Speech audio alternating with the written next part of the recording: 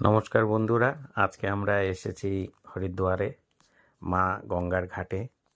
সেখানে আমরা এসেছি সবাই মিলে। আমাদের মনে বড় আশা ছিল যে আমাদের সৌম্যর স্কুল ছুটি হওয়ার পরে আমরা মা গঙ্গাকে দর্শন করতে যাব, সেখানে পুজো অর্চনাদি করব এবং গঙ্গা স্নান করব। তো অনেক দিন পর আমি আবার গঙ্গা হরিদ্বার ঘাটে আসার সুযোগ পেয়েছি। সেজন্য মাতা গঙ্গাকে আমার অসংখ্য প্রণাম। আর আমরা আজকে এসেছিলাম সেখানে গঙ্গা ঘাটে। এই যে আপনারা দেখছেন, পুরোহিত মশাইকে দিয়ে আমরা পুজো দিচ্ছি গঙ্গার ঘাটে। এখানে রয়েছে আমাদের ইসলামপুরের মা, বাবা, সৌম্য এবং সৌম্যর মা, সবাই আমরা রয়েছি। আমরা হরিদ্বার ঘাটে সন্ধ্যাবেলায় সন্ধ্যা আরতিও দেখব। সেই